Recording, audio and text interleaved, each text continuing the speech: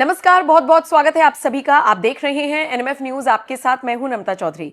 इस वक्त देश और दुनिया में बहुत सारे मुद्दे चल रहे हैं, जिनमें से सबसे पहले हम नेपाल का जिक्र करेंगे।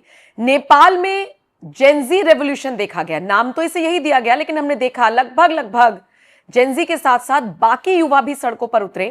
कहा गया कि सोशल मीडिया बैन एक प्रमुख कारण था इस रेवोल्यूशन का, लेकिन उसके बाद और भी कई रीजन सामने आए और आखिरकार एट द एंड क्या हुआ? सत्ता परिवर्तन, तख्ता पलट। केपी शर्मा ओली को इस्तीफा देना पड़ गया और उसके बाद सुशीला कार्की अंतरिम प्रधानमंत्री बन चुकी हैं। अब ये तो रही नेपाल की खबर। सवाल उठता है कि नेपाल में जिस तरीके से हालात बने, उसका हवाला देकर भारत में कुछ नेता क्या बताने की कोशिश कर रही हैं। संजय सिंह, संजय राउत, अखिलेश यादव और भी कई सारे नेता हैं जो बाकायदा नेपाल का जिक्र कर करके कह रहे हैं कि यहां पर भी हमें सबक लेने की जरूरत है। एक स्टेटमेंट ऐसा भी सामने आया है जिसमें कहा गया है कि नेपाल की तरह यहां पर भी लोग सड़कों पर उतर सकते हैं, जनता सड़कों पर उतर सकती है। ये क्या मैसेज देने की कोशिश की जा रही है कांग्रेस के नेताओं की तरफ से, दूसरे तमाम और दलों के नेताओं की तरफ से? आज यही समझने की कोशिश करेंगे। मेरे साथ सुप्रीम कोर्ट के वरिष्ठ अधिवक्ता अश्वनी उपाध्याय जी मौजूद हैं। आपका स्वागत है सर। पहला सवाल और सीधे सीधे शब्दों में, क्या ऐसा भारत में पॉसिबल है? ये जो तख्ता पलट की दुहाइयां दी जा रही हैं, सबक लेने की दुहाइयां दी जा रही हैं। देखिए, पहली बात तो मेरे समझ से भारत में ऐसा नहीं हो सकता। ये सब वहीं होता है जहां सरकारें थोड़ी कमज़ोर हों, सरकारें पब्लिक के मूड के खिलाफ काम कर रही हों, जहां प्रॉपर मैकेनिज्म हो चीज़ों को एड्रेस करने का। भारत में पूरा व्यवस्था है। यहाँ विधायिका, कार्यपालिका, न्यायपालिका और इवन खबर पालिका सब अपना अपना काम कर रहे। जिसको कोई अगर ग्रीवियंस है वो अपनी ग्रीवियंस बताता है, उसको एड्रेस किया जाता है। जहाँ तक कि कुछ नेता ऐसी बातें कर रहे हैं, आपने नाम लिया है, ये वही सारे नेता हैं, वो जमानत जब्त नेता हैं। इन सब की जमानत जब्त हो चुकी है। ये सब ऐसे हैं जो कभी चुनाव लड़ते भी नहीं हैं।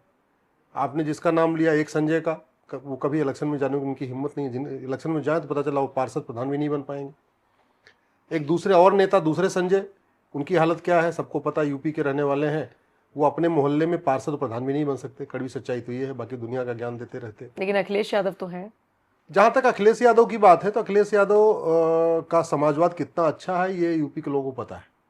समाजवाद के नाम पे कितनी लूट होती है, कितनी गुंडागर्दी होती है। समाजवाद के नाम पे कैसे रामपुर में करोड़ों की प्रॉपर्टी इकट्ठा कर लिया समाजवादियों ने। समाजवाद के नाम पे अतीक अहमद क्या कर रहा था सबको पता है। समाजवाद के नाम पे कुछ और भी बड़े माफिया हैं, चाहे वो खनन माफिया हैं, चाहे बालू माफिया है, चाहे ट्रांसफर पोस्टिंग माफिया, क्या किया करते थे समाजवादी शासन में सबको पता है। तो समाजवाद के नाम से लोगों को चिढ़ हो गई है। खासतौर पर उत्तर प्रदेश के बाहर तो कहीं समाजवाद अखिलेश यादव का कहीं जनाधार है नहीं। उत्तर प्रदेश में भी लोगों को अच्छी तरीके पता है कि समाजवाद के नाम पे केवल और केवल उगाही होती है, वसूली होती है, इकट्ठा किया जाता है, अराजकता बढ़ती है, अपराध बढ़ता है। समाजवाद की हालत ये थी कि मेरठ से एक नेता आया और किसी की बेटी की शादी के पहले उठा ले गया, और पुलिस की इतनी हिम्मत नहीं पड़ रही थी कि जाके उसको गिरफ्तार कर ले। क्यों? क्योंकि समाजवादी पार्टी का नेता था। ये कड़वी सच्चाई है। तो समाजवाद के नाम पे यहाँ बहन बेटियां छेड़ी जा रही थी उत्तर प्रदेश में। समाजवाद के नाम पे बहन बेटियों को उठाया जा रहा था। समाजवाद के नाम पे वसूली की जा रही थी। समाजवाद के नाम पे जो है थाने में दलाली चल रही थी। समाजवाद के नाम पे तहसील में दलाली चल रही थी। तो वो जो दलाली वलाली चल रही थी अब वो बंद हो गई है, इसलिए वो जबरदस्ती वो लोगों को भड़काने की कोशिश कर रहे हैं। वो दाल भी नहीं गलने वाली। उत्तर प्रदेश में बढ़िया शासन चल रहा है, बढ़िया कार्य हो रहा है, इसलिए कोई उनके कहने में तो नहीं आने वाला है। नहीं तो प्रयास कर भी रहे होंगे, करके देख चुके होते। वो तो उनका प्रयास सफल नहीं हो पा रहा, इसलिए मुजबानी जंग कर रहे हैं। अदरवाइज उन्होंने कोई मतलब लोगों को भड़काने में कोई गुंजाइश छोड़ी नहीं। हाँ, एक चीज़ जो ये पूरा हुआ है, मेरी अपनी एनालिसिस ये है कि पहले भारत में या पूरी दुनिया में जो एनजीओ का कॉन्सेप्ट आया, ये एनजीओ का कॉन्सेप्ट हमारा अपना नहीं है। एनजीओ का कहा नॉन गवर्नमेंट ऑर्गेनाइजेशन, ये पूरा कॉन्सेप्ट वेस्टर्न का है, वेस्ट का है। खासतौर पर अमेरिका ने शुरू किया, बाद में चाइना ने भी इसको प्रमोट किया। आज की डेट में जहां जहां एनजीओ हैं ये, और जिन देशों से फंडिंग ले रहे हैं, ये उनके लिए काम करते हैं। जैसे नेपाल में जितने एनजीओ, और वो भी हजारों की संख्या में एनजीओ है जो चाइना से फंडिंग लेते हैं, तो चाइना के एजेंडे को आगे बढ़ा रहे हैं। नेपाल में हजारों की संख्या में ऐसे एनजीओ हैं जिनको अमेरिका से फंडिंग आती है, तो वो अमेरिका के एजेंडे को आगे बढ़ा रहे हैं। स्वाभाविक सी बात है, जैसे आप इस चैनल में काम करती हैं, एनएमएफ में काम करती हैं।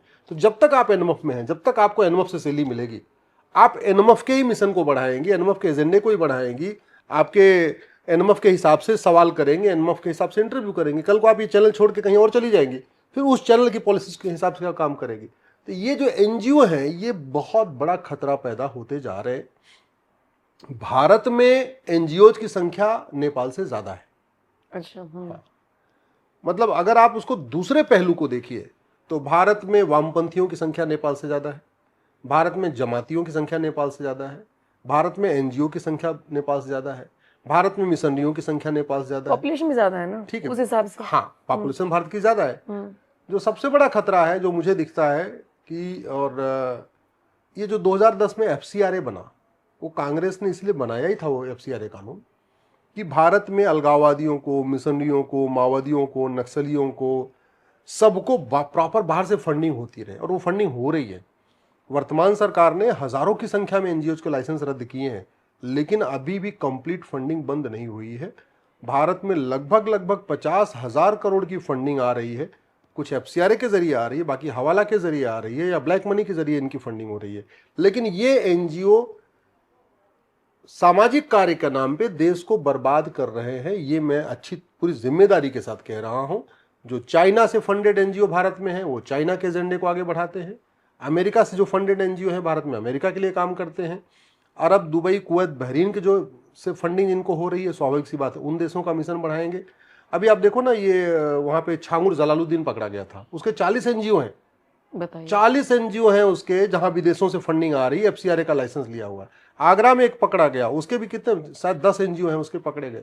तो भारत में ये एनजीओ बना बना के लब जिहादियों की फंडिंग, एनजीओ बना के धर्मांतरण की फंडिंग, एनजीओ बना के घुसपैठियों की फंडिंग, एनजीओ बना के माओवादियों की फंडिंग।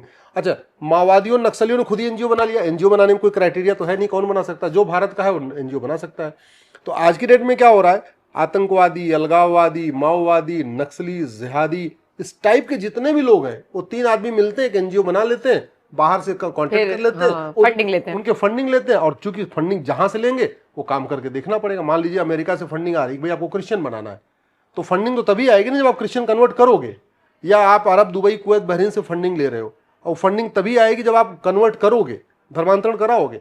तो चाहे वो जो घुसपैठियों के लिए सुप्रीम कोर्ट में ऐसे बहुत सारे लोग खड़े हो जाते हैं, या घुसपैठियों के मानवाधिकार के नाम पे दुहाई देते रहते हैं, क्यों? क्योंकि उनको फंडिंग आ रही है। तो ये फंडिंग रोकना हमारे लिए बहुत बड़ा खतरा है। इसलिए मेरा मानना है कि भारत में ऐसा कुछ नहीं होने वाला है जो नेपाल में हुआ है। लेकिन एक दूसरा कड़वी सच्चाई ये है कि भारत के बॉर्डर पे 7 देश है, और 7 में से 5 देशों में पिछले 5 साल में सत्ता परिवर्तन हुआ है। 2021 में अफगानिस्तान में सत्ता परिवर्तन हुआ, तालिबान ने कब्जा कर लिया। 2022 में लंका में सत्ता परिवर्तन हुआ, ऐसे ही पूरा अराजकता फैला के। 2023 में पाकिस्तान में भी सत्ता परिवर्तन की कोशिश हुई थी, लेकिन वो बच गई, तो सेना वहां कर रही है काम। 2024 में यही प्रयास हुआ बांग्लादेश में, और सत्ता परिवर्तन हो गया। और 2025 में देखिए नेपाल में सत्ता परिवर्तन हो गया। तो भारत के बॉर्डर पे बचा कौन है? एक भूटान बचा हुआ है, और एक चाइना बचा हुआ है, चीन बचा हुआ है, जहां पे ऐसे अराजकता फैला के सत्ता परिवर्तन नहीं हुआ है। अदरवाइज 7 देशों में से 5 देशों में हो गया। ये कड़वी सच्चाई है। तो ये जो हो रहा है ना, ये जो बड़ी शक्तियां हैं, चीन, अमेरिका, ये उनके बीच में एक वॉर होता है। उस वॉर को उस देश में एजेंडा कैसे करेंगे, उसके लिए उन्होंने एनजीओ बनवा रखे हैं, उन एनजीओ को पैसा दे रहे हैं। और ये जो पैसा आता है, ऐसा नहीं कि कुछ एनजीओ को आता है, लेखकों को पैसा आता है, उन देशों के एजेंडे को आगे बढ़ाते हैं। यूट्यूबरों को पैसा आता है विदेशों से, ठीक है, पत्रकारों को पैसा आता है, कलमकारों को पैसा आता है, नेताओं को पैसा आता है विदेशों से। तो जिस नेता को जिस देश से फंडिंग आ रही वो उसकी भाषा बोलता है। आप वामपंथियों को देख लीजिए, दुनिया भर की बातें करेंगे, लोकतंत्र की बात करेंगे, डेमोक्रेसी की बात करेंगे। चाइना में लोकतंत्र नहीं, कभी चाइना की निंदा नहीं कर सकते वामपंथी, जितने भी यहाँ के वामपंथी नेता हैं। क्यों? लोकतंत्र की बात करेंगे। तो ये जो कहते नहीं आपका पूरा मिशन है, वो सब पैसे से चलता है, और भारत में पैसा आ रहा है, ये हमारे लिए खतरा है। लेकिन तख्ता पलट नहीं हो सकता, जैसा कि हम बाकी देशों में देख रहे हैं, और यहाँ के कुछ नेता सबक लेने की बात कर रहे हैं। देखिए, पहली बात तो यहाँ डेमोक्रेटिक सिस्टम है, चुनाव होता है। अगर किसी को सत्ता परिवर्तन करना होता है तो वो वोट के जरिए कर देता है।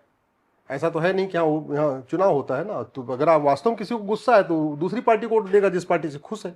तो जो लोग ऐसी बातें कर रहे हैं उनकी क्या हालत है आप देख लो, आम आदमी पार्टी की क्या हालत है देख लो, आपके अखिलेश यादव की पार्टी की क्या हालत है देख लो, या संजय निरुपम जो कह रहे हैं उनकी तो हालत ये है कि संजय राउत, तो संजय राउत की हालत देख लीजिए, उनकी उनकी शिवसेना आज की डेट में कहाँ पहुंच गई है।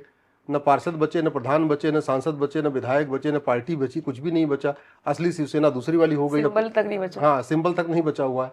तो ये लोग बातें करने के लिए भाई बतौलेबाजी करने में कोई दिक्कत हुई, पैसा थोड़ी जा रहा है, कुछ भी भाषण दे दो, कुछ भी कह दो, कोई भी बयान दे दो, क्या फर्क पड़ता है। लेकिन कुल मिलाकर जो यहाँ के नेता कुछ इसी तरीके का माहौल बनाने की कोशिश कर रहे हैं कि ऐसा यहाँ पर भी हो सकता है, तो जनता को जागरूक हो जाना चाहिए, कम से कम यहाँ पर ऐसे हालात नहीं होंगे। ये हमने इस वीडियो में समझने की कोशिश की। शुक्रिया सर मेरे साथ जुड़ने के लिए। आप इस वीडियो को लेकर, इस चर्चा को किस तरह से देखते हैं, आप अपनी राय हमें कमेंट कर जरूर बताएं और ज्यादा से ज्यादा इस वीडियो को शेयर कीजिए। नमस्कार।